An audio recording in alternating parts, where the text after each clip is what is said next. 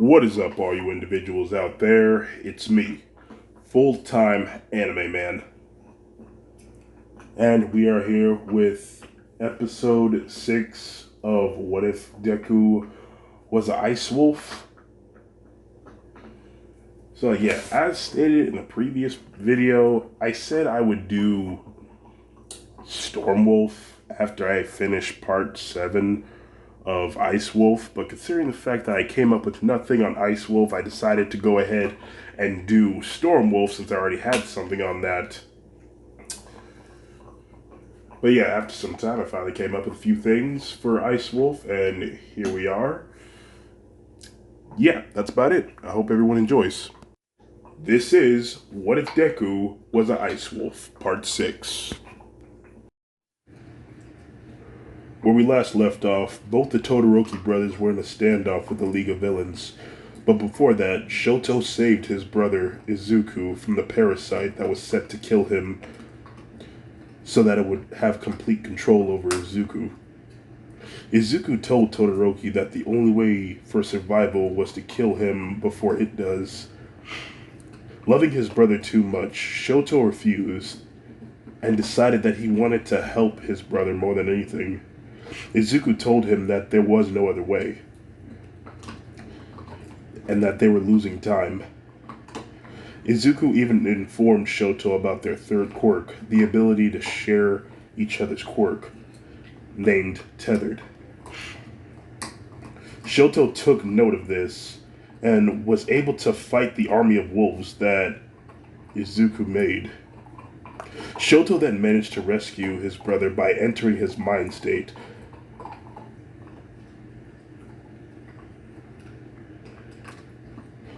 He relived Izuku's life from the time he lived in the woods. And Izuku also relived Shoto's life.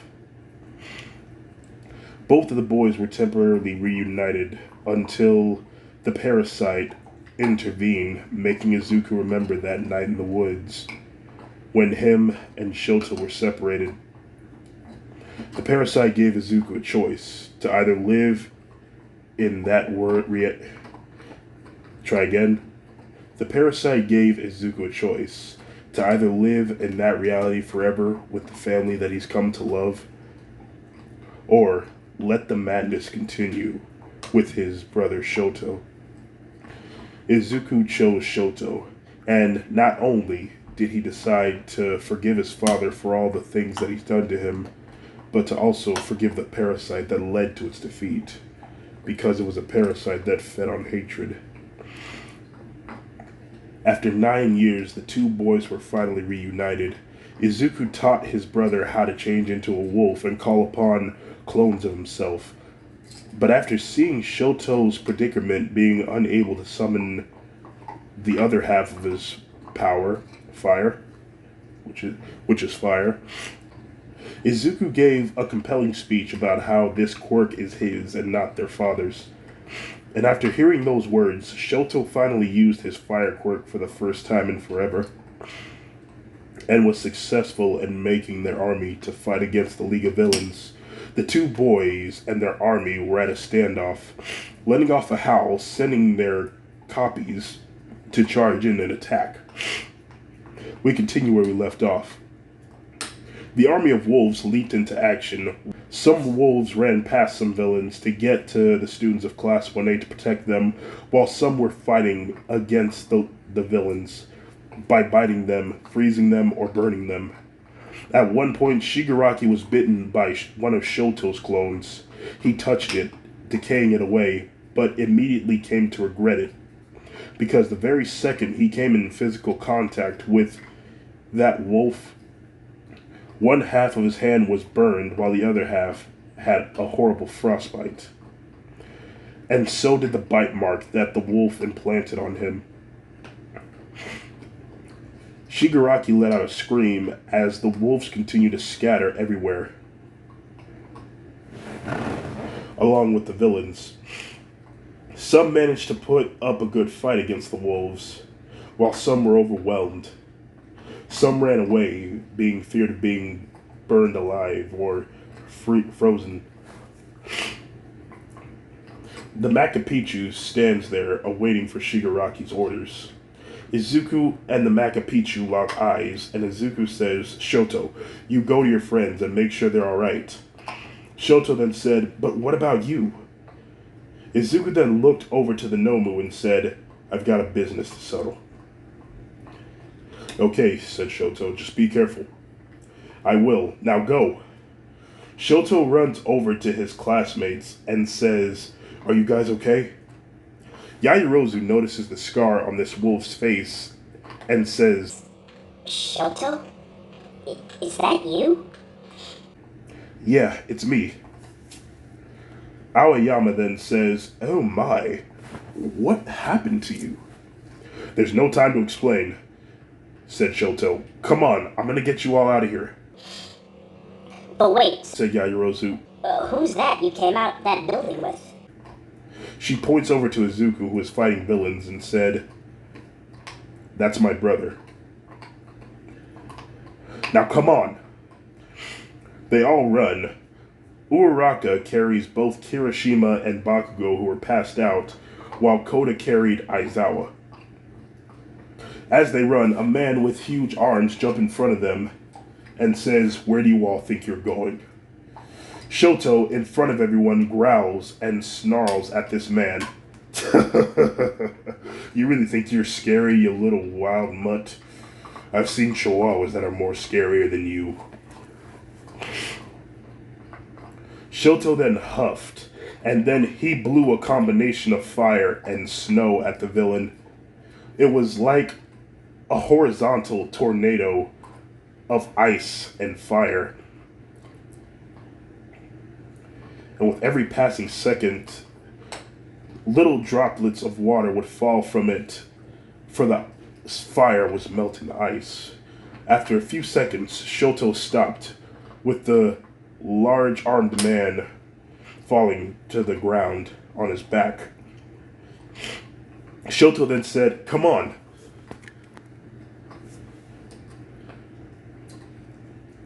Mr. Todoroki, that was a bit over the edge, said Ida. There's no time to argue, let's go. They all run up the stairs. Shoto peeks back for a second, looking for his brother. But with all the wolves, it's hard to see him. Shoto thought to himself, he has to be okay, because I'm okay. When they reached the top of the stairs, Shoto looked to the thick layers of ice blocking the door. Shoto then howls, calling wolves over to his side. Around 10 of them come, and Shoto gestures to them to melt the ice that is blocking the door. They all start clawing and scratching at it as fire emanates from their paws. The ice began to melt, but then steam began to happen from the intense heat on their paws. Shigaraki notices the smoke and ordered the Nomu to attack, saying, Nomu, stop them! Pointing in the direction of the class, the Nomu then did a huge leap into the air, and looking up and seeing that the Nomu is about to land on top of them. Tokoyami uses Dark Shadow, wanting to protect his friends, and so was Inasa and Shoto. From down below, Izuku looked up and sees that the Nomu was about to attack Shoto. Izuku acts quickly and runs up a mountain of ice as he runs in the direction of the Nomu. As he runs, the Nomu was about to slam down on top of everyone, but then Izuku intercepted him, using all the running force and momentum, pushing the Nomu away from everyone. They were safe for now. Shoto looked in the direction where Izuku and the Nomu went. Shoto felt a small discomfort on his left shoulder, but nothing else. The doors were almost unthawed out, and Shoto says, when they get through, you all run out and get the injured out of here, and call for help. Well, what about you? Said Jiro. Shoto then looked in the direction of Izuku and said, I'm gonna go help my brother. Ida tries to talk him out of it, but he left before he could say anything. In Izuku's point of view, when he stopped the Nomu from attacking his brother, they both landed near the water zone. Izuku landed on his left shoulder. "Ah, that kinda hurt," said Izuku. He quickly looked up and saw the Nomu again, getting up to its feet. And so did Izuku. Izuku says, "How dare you go after my brother? I will not allow you to hurt any more people, you monster!" The Nomu continued to stare at Izuku. The Nomu just stands there, not doing anything, just eyeing him down. Izuku growls and charges at the beast, with ice and fire emanating off of his body. And the Nomu charges towards Izuku. Izuku then jumps into the air and attempts to use Flash Freeze on the Nomu, conjuring ice onto his teeth. But then, he remembered what All For One said in the chamber. Its skin is indestructible. Izuku then takes a deep inhale, and then he blows ice directly on the chest of the Nomu. Ice began to form on the Nomu's chest. As it got more heavier and heavier, the longer Izuku blew at it. At that moment, the Nomu started to slow down, and then eventually it fell back due to the weight of the ice. Izuku landed on his paws while the Nomu was laying on its back. "Yeah, I remember what happened the last time I tried to bite into you.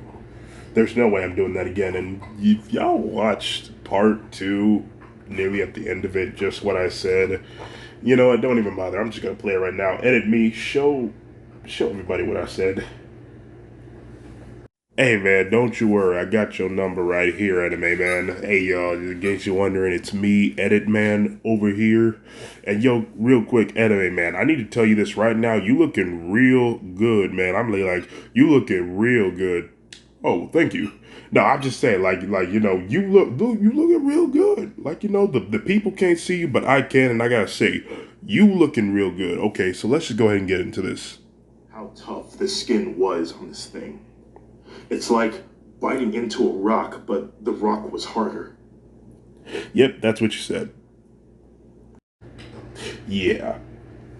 I don't know what the hell I was saying that day. Anyway, continue.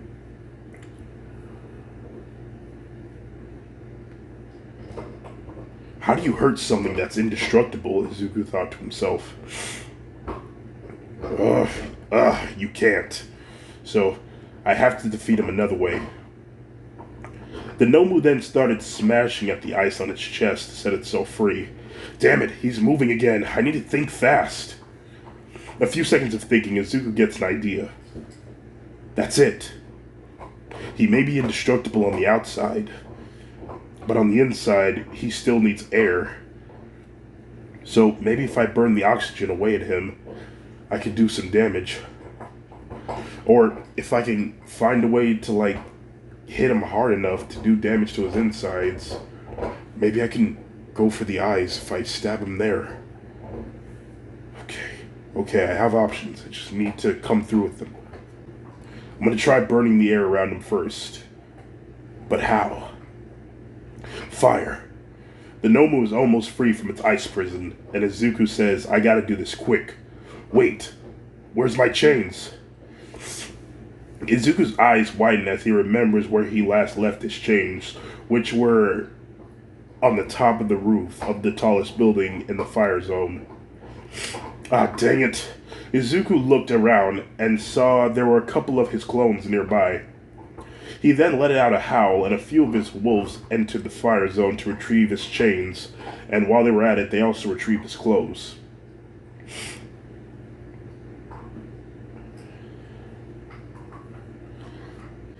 Izuku wanted to keep his concentration on the Nomu, but he was interrupted by an unexpected visitor.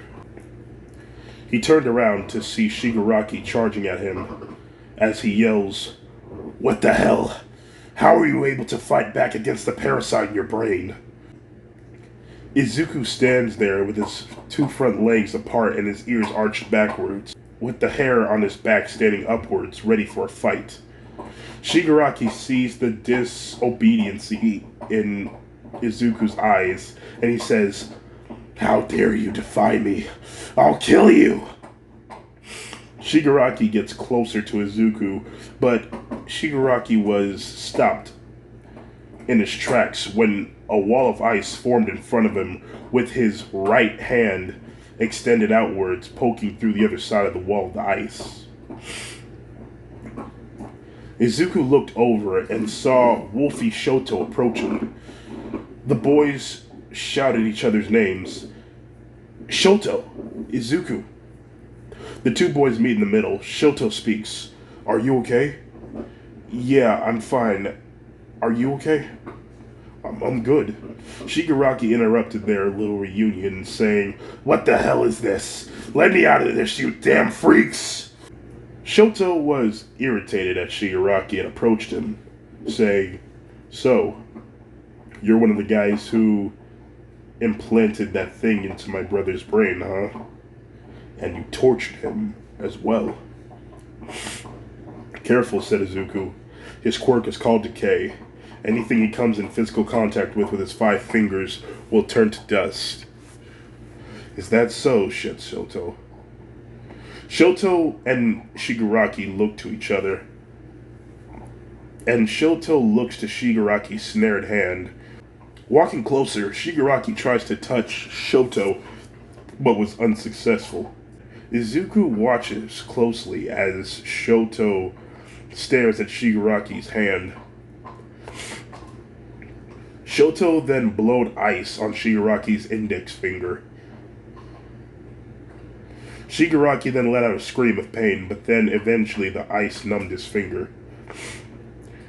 Shoto then finishes. He then looks in Shigaraki's eyes and he says, "This is for all the things that you've done to my brother."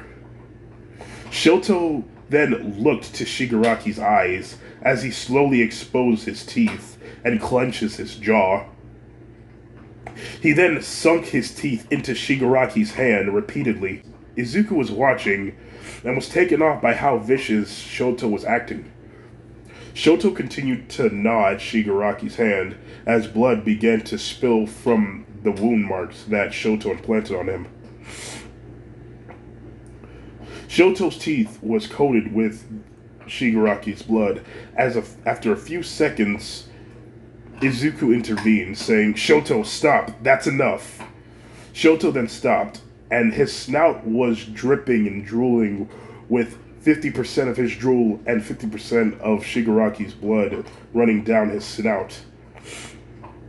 Both of the boys looked to each other, and Shoto said, "I'm sorry, I got carried away there."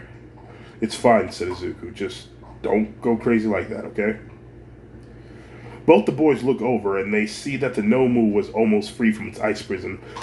Both the boys prepared to fight, as the Nomu then got up. "Be careful, Shoto. It has indestructible skin." The Nomu then let out a loud roar as it charges at the two wolf boys. And as the Nomu gets closer and closer, all of a sudden, both the boys felt a gush of wind from behind them. They both turn around to see that Inasa was using his quirk on the Nomu to levitate it, along with some of his other classmates to aid him. Shoto speaks. "You guys, what are you doing here?" Inasa speaks. "Oh, come on, buddy. You really think I'm going to let you do this alone?" Denki then speaks, saying, "Yeah, I've been itching for a fight." Ojiro then said, "As your classmates, we're all in this together." Izuku smiles and says, "Wow, bro, you really got some good friends here." Ida looks to this wolf and was unable to identify him and assumed he was with the League of Villains, saying, "Todoroki, are you sure we can trust him? He came here with the League of Villains."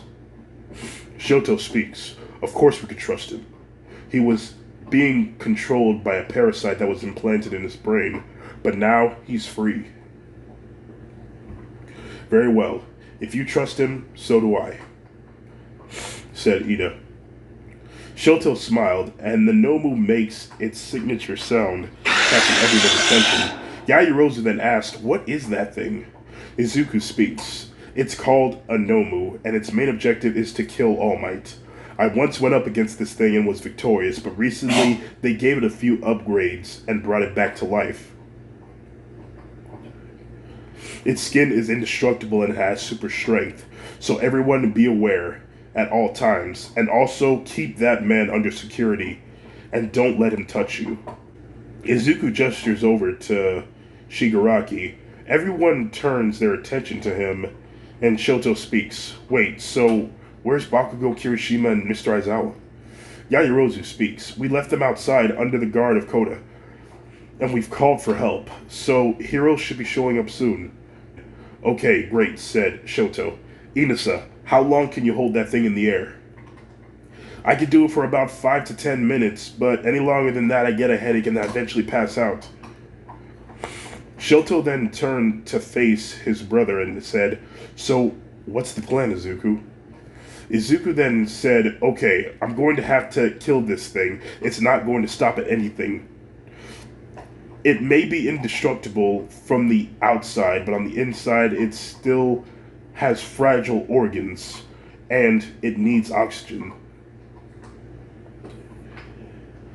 So I got some of my wolves to go get my chains, so I can make a fire tornado around it and burn the oxygen. Or, if we had something that could hit it hard enough, we might be able to do some damage from the inside. Everyone was thinking for a moment, but they were interrupted by the sound of water splattering. They looked over and saw water villains rising from the water and approaching them. Both the Todoroki brothers looked to each other and nodded their heads. Letting out a howl, both the boys then called their remaining wolves over to them. Most of them were taken out by some villains, but some villains were taken out mostly by them too. One of the water villains then used water to defeat the fire wolves, while the ice wolves freezes the water if it came in contact with them.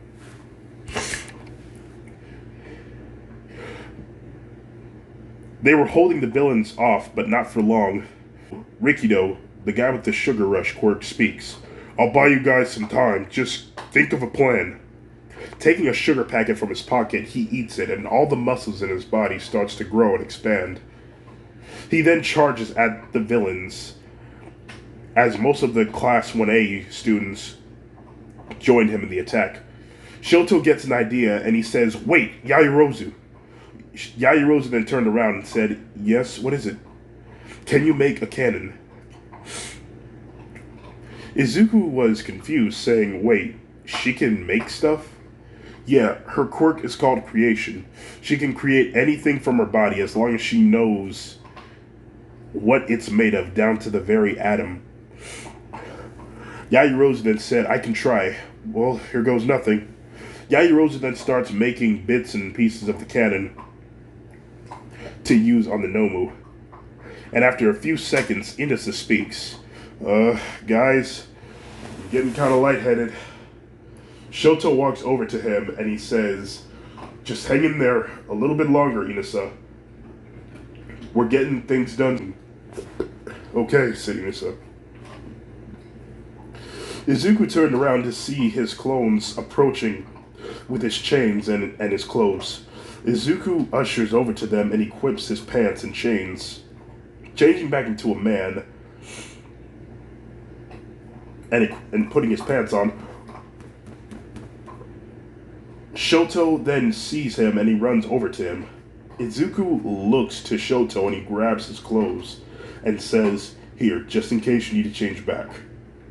With both hands, Izuku clenched the chains as he engulfs them in flames.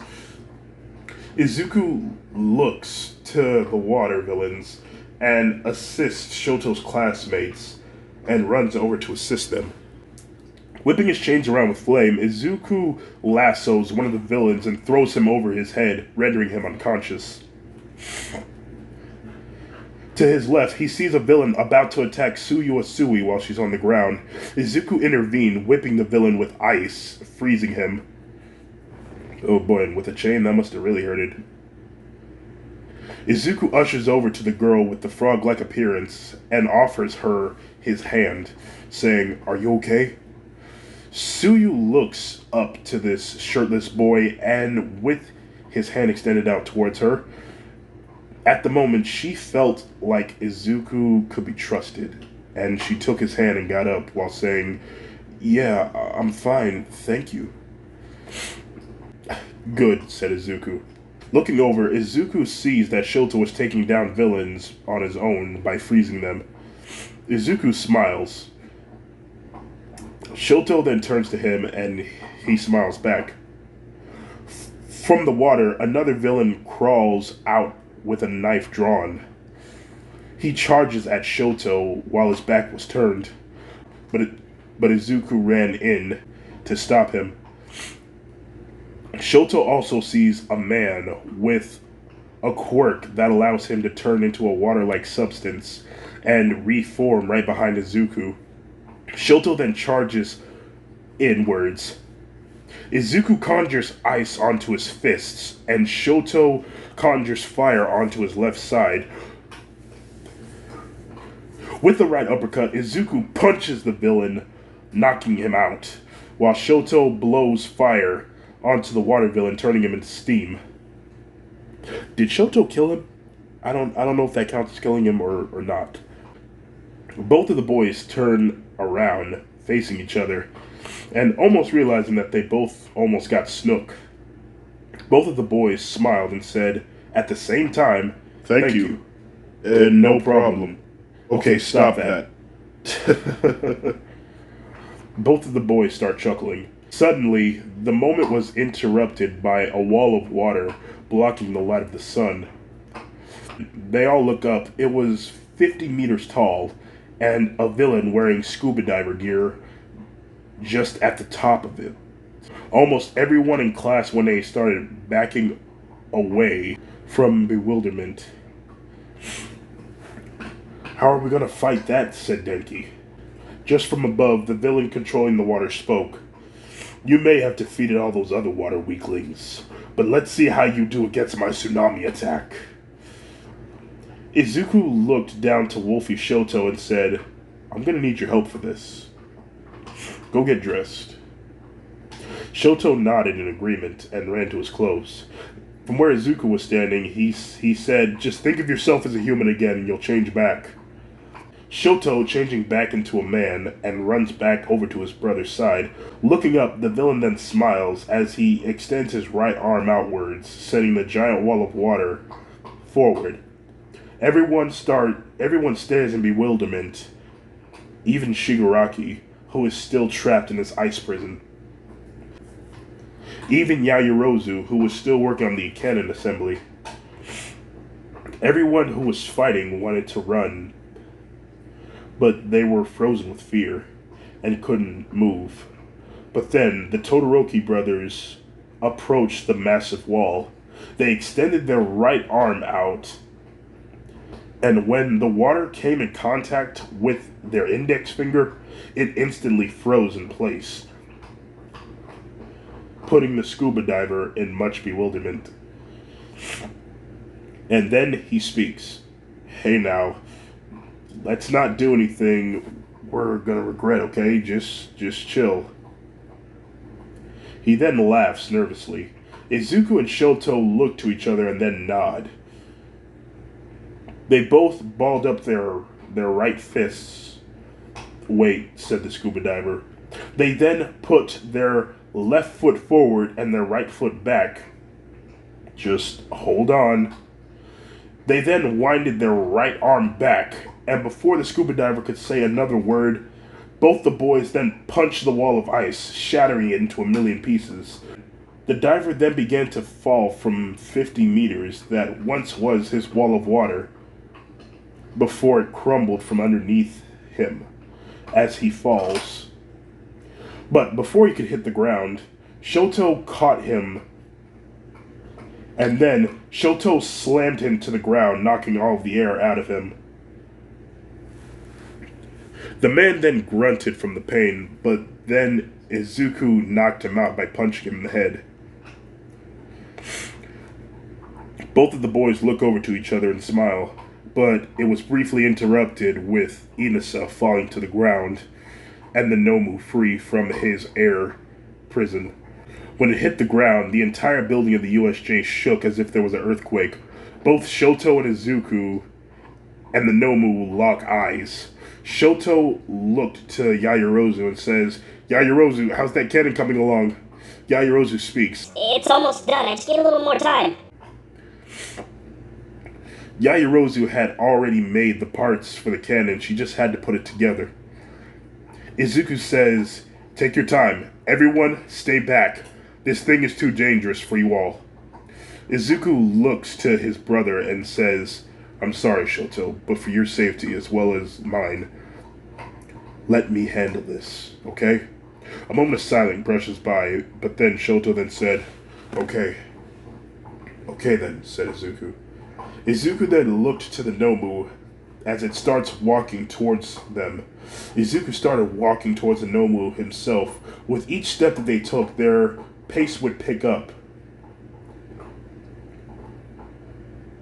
And soon they both were running towards each other. Izuku then leaped into the air, as did the Nomu. With its arm battered backwards, ready to punch, Izuku then whipped the chains down towards the ground to conjure ice underneath him, redirecting him over the Nomu's head. He then used both hands to extend the chains around the Nomu's head, catching his neck. He then landed on the ground with his 2 feet as the Nomu was still in midair. With both hands, Izuku then pulled the chains back towards him in the opposite direction of the Nomu, and the Nomu slammed down to the ground. The Nomu was about to get up, but then Izuku quickly conjured an ice dagger as he ran towards the Nomu and planted the dagger in his right eye. The Nomu's blood sprayed out on Izuku and some on his clothes. The Nomu then swinged his fist towards Izuku, but Izuku quickly backed away. For a couple of seconds, the Nomu rolled around in agony and pain of being stabbed in the eye, while Izuku couldn't help but notice that the Nomu was a lot slower than when he originally fought him. And then Izuku says, "Of course, it's all those muscles that they gave you. They took away one of the things that made it hard to defeat you. Luckily for me, it's a good advantage." The Nomu gets up and lets out a signature roar. It runs at Izuku on all fours and lunges at him with great momentum. And Izuku raises both of his hands into the air as he conjures large amounts of ice in front of him. But the Nomu had too much force that it busted through the ice and was able to get a hold of Izuku, putting him in a monster bear hug. The Nomu squeezed Izuku so tight and so hard, Izuku found it hard to breathe. Where Shoto was standing, he felt the pressure all over his body. It was like all the air was being squeezed out of him, and it felt like his back was about to snap into two. Shoto falls to his knees. Ida asks him, "Todoroki, what's wrong?" Everyone surrounds Shoto, wondering what's going on with him. Shoto couldn't even speak, for the pain that Izuku was experiencing was unbearable. Shoto struggled to even lift his arm up to point to the Nomu and his brother, but eventually he built up the strength to do so. They all stare to Izuku and the Nomu. Rikido asks, "Why are you pointing at them? What's going on with them have to do with you?" Ida looks back and forth, puts two and two together, and says, "Wait a minute, can you feel everything your brother feels?" All Shoto managed to get out was a loud, painful grunt. as the pressure got more tighter and tighter on his back. Izuku thinks quickly and manages to free one of his arms. Using his free arm, he then places his hand on the side of the Nomu's head and drives his thumb into the Nomu's other eye while he sets his arm ablaze. The Nomu screams in agony as it lets go of Izuku, and in doing so, Shoto stopped feeling the pain and was able to breathe again. The Nomu then let out a loud scream that nearly deafened everyone. Izuku quickly covers his ears, and after a few seconds, the Nomu stopped. It was blind now, and Izuku had an even bigger advantage than before. He saw his opportunity and lunged at the Nomu with the chains wrapped around his fist. He throws a right hook, but then the Nomu caught it in midair and threw him in another direction. Izuku was shocked, saying to himself, "What?" But how did he see that coming? Izuku thinked for a second, and then he remembered that night when he was 5 and when he first encountered this Nomu. The night when it walked past him. It must have some sort of echolocation or some sort of sonar. Damn it.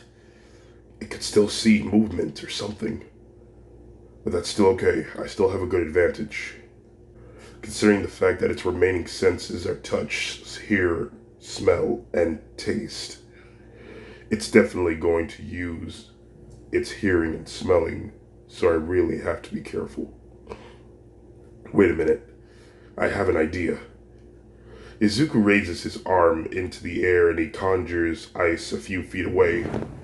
The Nomu turned its head in the direction where it heard the noise from and lunged himself in the direction of the ice that Izuku conjured.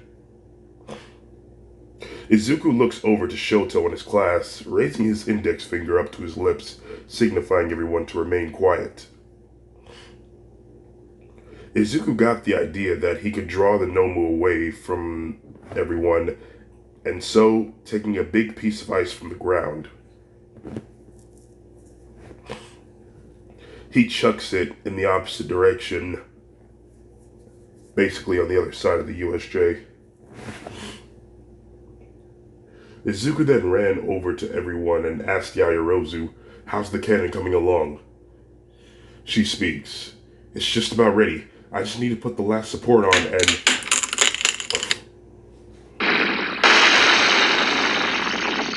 After she said that, one of the supports in the cannon failed, and the tip of the cannon bashed down to the ground, making a loud noise.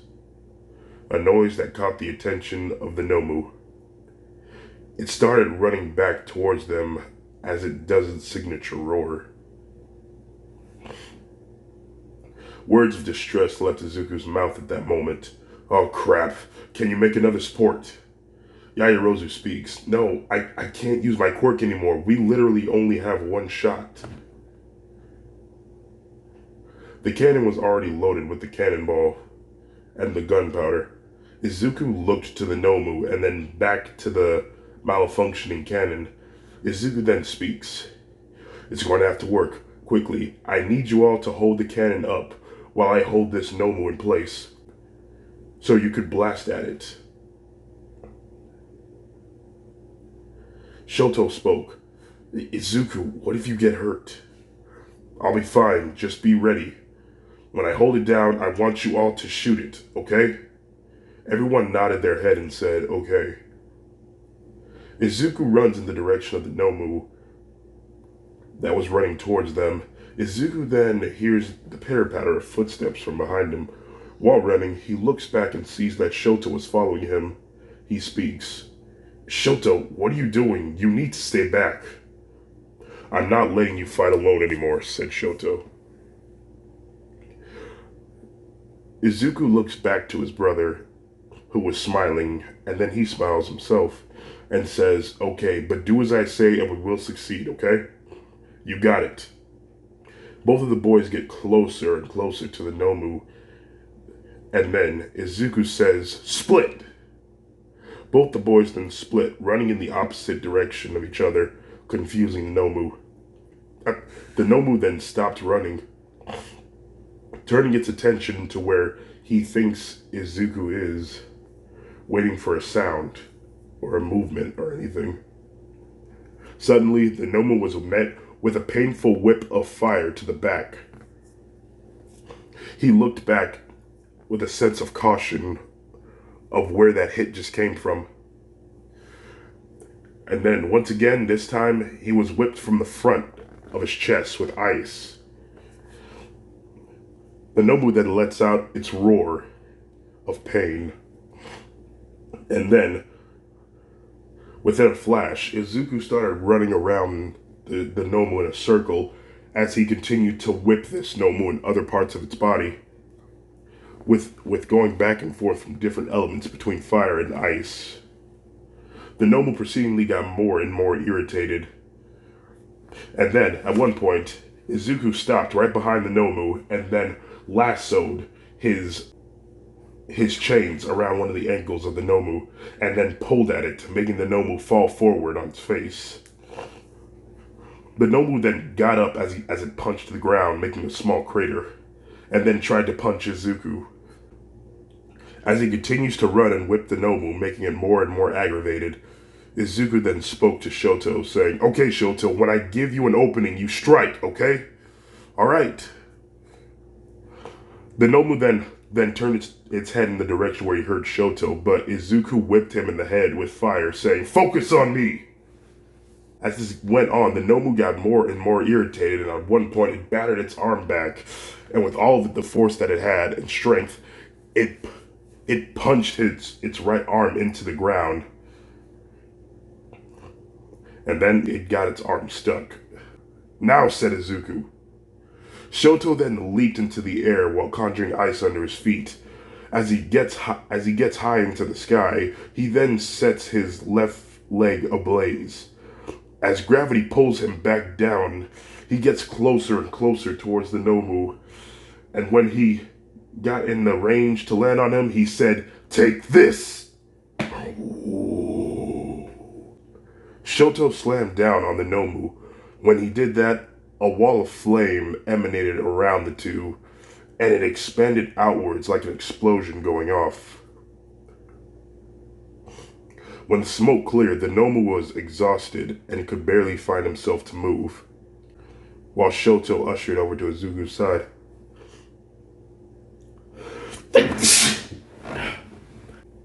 Yaoyorozu called to the boys, saying that the cannon is ready. The way that the cannon was being held up was that Rikido was pushing it from the bottom as he laid on the ground and pushed it upwards. Although the cannon was big, it was a lot of pressure. It was a lot of weight for him to hold on his own. And then Shoji, the second strongest person in the class, assisted him by pulling up above from the cannon to take some weight off of him. Soon, everyone was contributing to helping the cannon hold upwards. It was set and ready to go. Both the Todoroki brothers nodded their heads, and then they both grabbed the Nomu and placing it in the path of fire of the cannon. The Nomu slowly started to regain its composure and started fighting back against the boys, though all it did was shake and struggle. But then both of the boys put its arms together and formed ice around the Nomu's arms so that it couldn't move. Soon the boys were able to put the Nomu in the path of fire of the cannon, and then Izuku told Yaoyorozu to fire. But Yaoyorozu spoke. "You guys could get hit." "Just do it," said Shoto.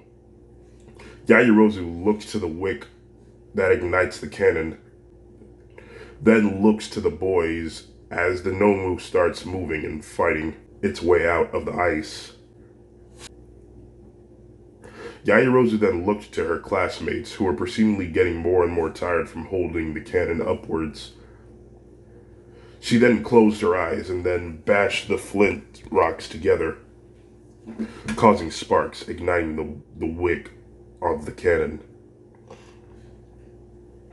As the wick burns in embers, It gets closer and closer to the gunpowder. It then fires, but something goes wrong.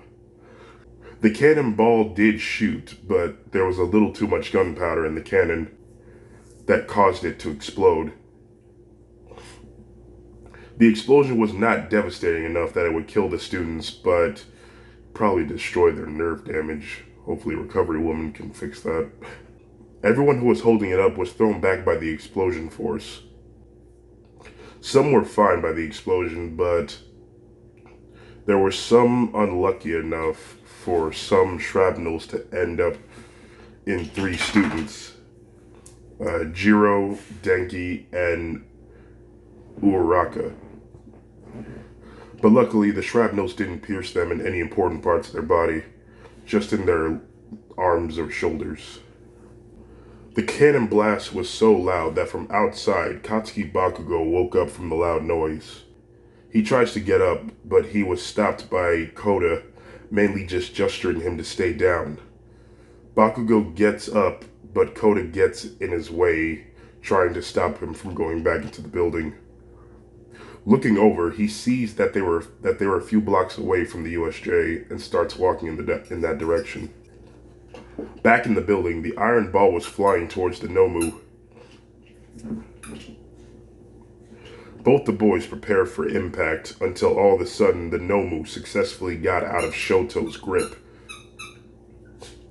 Using its free arm, it reaches out to catch the cannonball in midair, but the impact was too strong that the Nomu was flown backwards, and Izuku was still holding on to him, and he went with the Nomu. And when they met the ground, Izuku was met with a horrible discomfort in his left shoulder.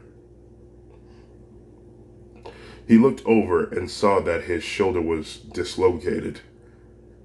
Izuku then recovered to his knees as he moved and forced his arm back into place, and in doing so, Shoto's grunts can be heard a few feet away. Both the boys look to each other, and then they look over to see that the Nomu is lying on the ground. It looks defeated because it was not moving. But then the Nomu slowly started to move, recovering to its knees and turning to face the 2 boys. They look closer and see that the Nomu's left arm was horribly dislocated. Like, there's no way he's able to use that arm again. Now, to Izuku, it may not be as much damage as they were hoping for, but at least they took out one of its arms so that it's not as dangerous as it was before. Shoto gets up to his feet, feeling angry that the Nomu got out of his grip, jeopardizing the plan to kill it from the inside.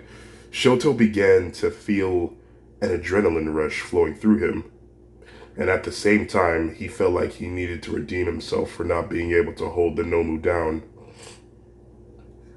He then conjures the ice dagger, and then charged at the Nomu. Izuku yelled at him no, but he kept going.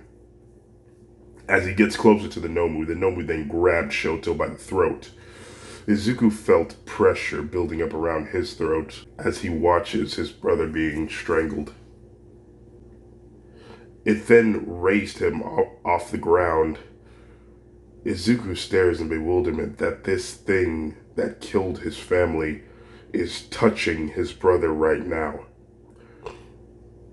Izuku was overflowing with rage. It was almost as if something inside Izuku was waking up. Izuku's eyes started to glow white, only this time it wasn't snowing outside. Izuku started walking towards the Nomu, but then the Nomu slammed Shoto down to the ground, knocking him out. Izuku was met with a horrible headache on the back of his head and was on the verge of passing out himself, but he fought back against that and stayed awake. Izuku was even more furious than before because this abomination dare harm his brother. Izuku was furious, and at that moment, something unexpected happened to Izuku. As Izuku's eyes continued to glow, a sort of symbol appeared around Izuku's face. And since I can't find the right words to describe what this mark looks like, here's an image of what I'm talking about. Izuku took a step forward, and then another step, and with each step that he took, it would get more and more heavier, and it would catch the attention of the Nomu. It would turn its head in the direction where he heard the foot stomps from, and it stood up. The two stared each other down. Well, not the Nomu, they ain't got no eyes. Izuku started to walk towards the Nomu, and the Nomu would walk towards Izuku, and soon the two will be running at each other like before. Izuku jumped into the air and kicks the Nomu in the chest so hard with so much strength that it would practically fly to the other side of the USJ. Izuku looked down to the ground and picked up his brother. Carrying him to his friends who were still recovering from the explosion, he gives Shoto to Yaoyorozu. And as his eyes continued to glow with the symbol shining around his face, Izuku said, "Look after him," and he ran off to find the Nomu.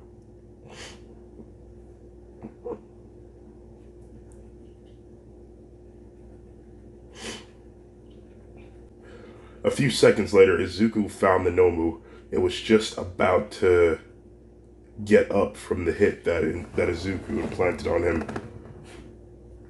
But it had a lot of struggle trying to get up. Izuku charges and he punches the Nomu. And the way that the Nomu was reacting when Izuku punched him, it was like his hits were actually more effective. Like the way the cannon dislocated its shoulder. It was like Izuku was actually hurting him. And that's because this is a new form that I made up for him. This is a quick FYI. So like, yeah, this may be a new power-up, but it has two drawbacks. You see, I know this is obvious, but like this is a berserker sort of power-up. You see, if obviously when you're going berserk, you lose your mind, so it's kind of hard to talk Izuku down from doing what he's doing. And right after when he's done using the quirk, he all the muscles in his body start to ache gratefully that he can't move. Just a quick FYI.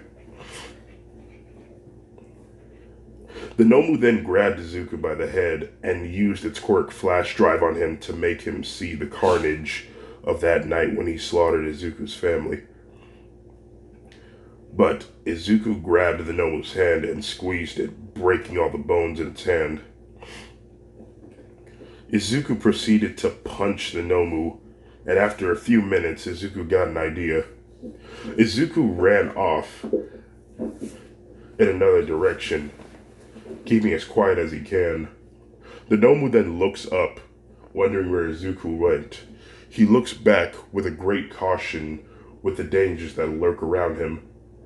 Looking around, he could have sworn he heard Izuku in another direction. And then looking around again, nothing was there.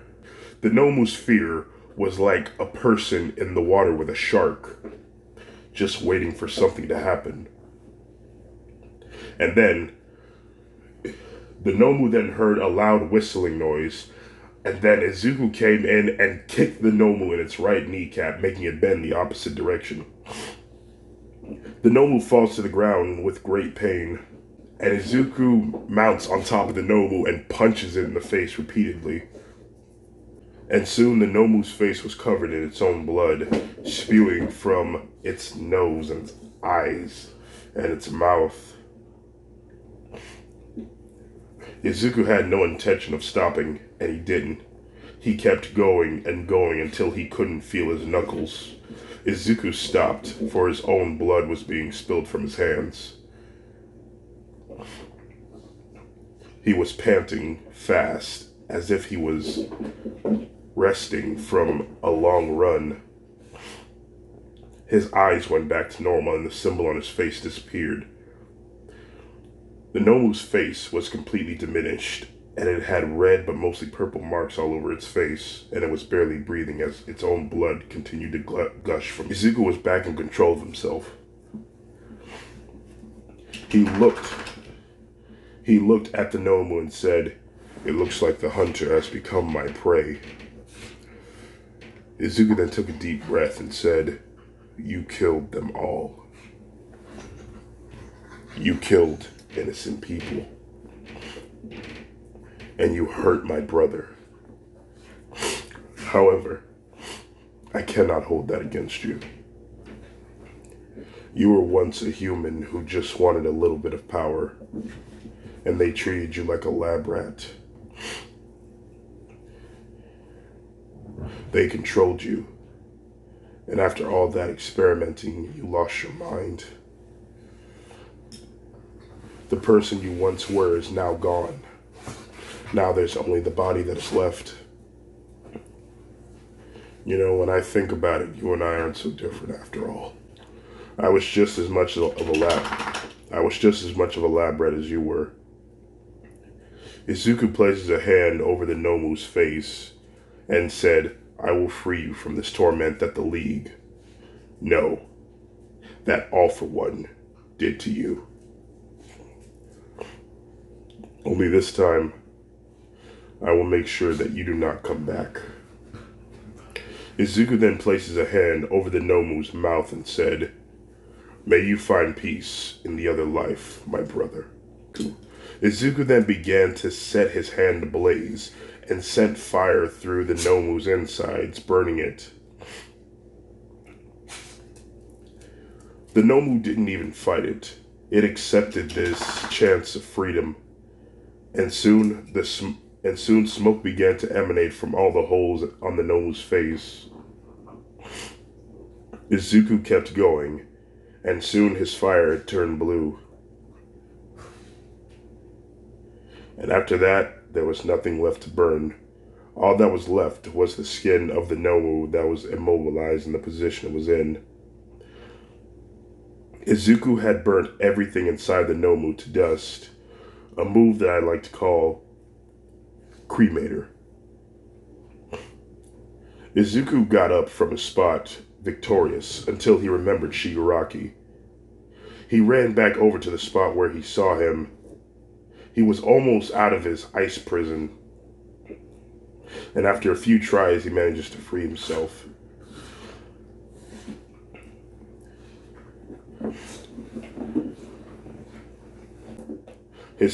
His hand was still spilling blood from the holes that Shoto implanted on him. And on the other hand, he had frostbite and a horrible degree burn on one half of his hand. He looks over and saw that Class 1A was getting up. As he slowly walks over towards them, he says, "This isn't over yet." Shigaraki then picks up speed and says, "I can kill all of you myself." Unfortunately for him, his running was interrupted by Shoto creating a wall of ice in front of him.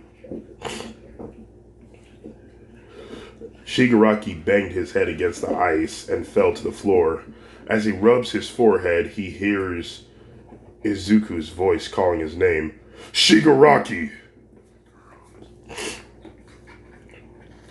He looked over and saw Izuku running towards him. He was fast, and Shigaraki was intimidated by the fury in this boy's eyes. Shigaraki got up and ran away, looking for Korigiri to get him out of there. After a few seconds of running, he found Korigiri and told him to make a portal back to the bar. Korigiri obliges, and Shigaraki walks through the portal with his left leg still on the other side of the portal. He was almost out, but Shigaraki was met with a painful bite to the back of his left leg. On the other side of the portal, Izuku turned into an Arctic wolf and bit Shigaraki, trying to drag him back over to his side. Shigaraki tries everything he can to prevent that from happening. He looks on the counter and sees a bottle of alcohol. He desperately reaches up, trying to grab it, and eventually he was successful in grabbing it. Looking back down to Izuku, he then hurls the bottle at Izuku's head. Over where Shoto was, Shoto said, "Ouch!" "What's the matter?" said Yaoyorozu. "My brother, he just got hit in the head with something." The pain was too much for Izuku to take that. He let go of Shigaraki's leg. Shigaraki made it through the portal, but Izuku bit down on his leg so hard that he broke his fibula. It's the backbone of the ankle. Izuku then turned back into a human as he stared Shigaraki down with an intense look through the portal and says, "You tell All For One I'm coming for him next." Korigiri closes the portal and the madness had finally ended. The heroes were victorious and everyone walked towards Izuku. Izuku turned around to them and looked to his brother and smiled and said, "It's over now." Shoto smiled, but then all of a sudden, Izuku was met with an explosion to the back and fell to the floor unconscious. Shoto's eyes widened from not only the pain that Izuku had experienced, but once the smoke had cleared, it revealed Bakugo was the one who exploded his back. He lets off another explosion on the white-haired boy while he was still lying there on the ground, knocked out, from not only the explosion, but from exhaustion. Shoto also fell to the floor from the pain, and everyone ran over to Bakugo to stop him, saying, "No, stop, he's on our side, he's on our side." Are you okay? Asked Yaoyorozu. Shoto looked over to his brother, and with the little strength he had left, Shoto walked over to his brother's side. As he gets closer, Shoto lost the feeling in his legs. He was so close to Izuku, yet felt so far. Shoto then crawled with great struggles, and was finally in arm's reach of Izuku. The young boy knew that once the police and pro heroes show up, they will take Izuku away and they will be separated from each other again. Shoto did not want that to happen.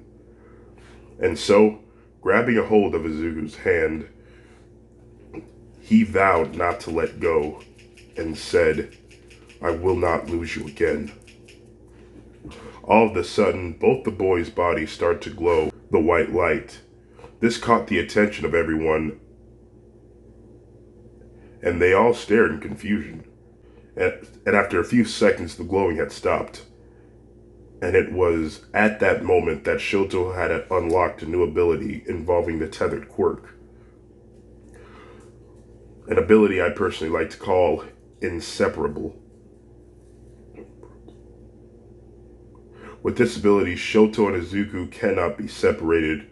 For as long as Shoto does not want to let go of Izuku's hand, they stay together.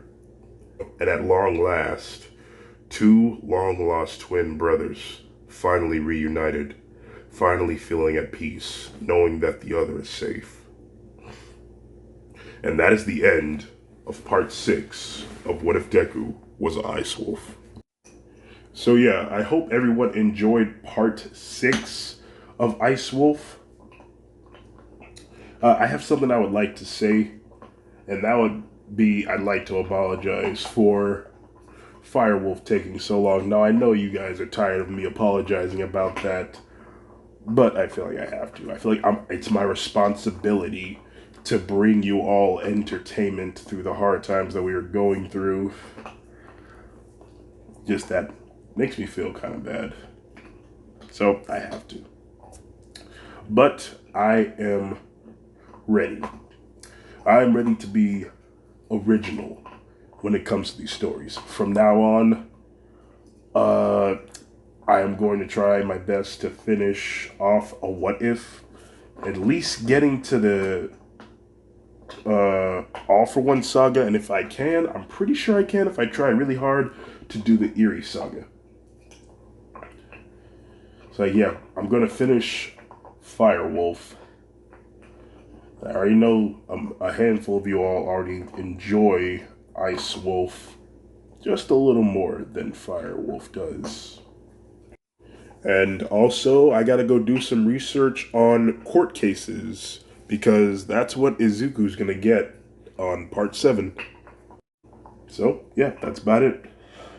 I hope everyone has a nice day, and if you made it to the end of this video, consider yourselves #blessed. And I would like to bid you all a good day.